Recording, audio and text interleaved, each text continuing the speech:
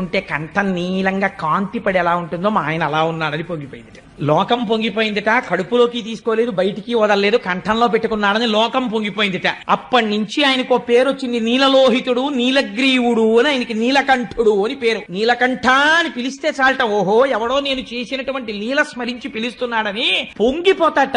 ఆనాడు స్వామి హలాహలాన్ని పుచ్చేసుకున్నారు. దేవతలందరూ సంతోషించారు. మళ్లీ బయలుదేరారు.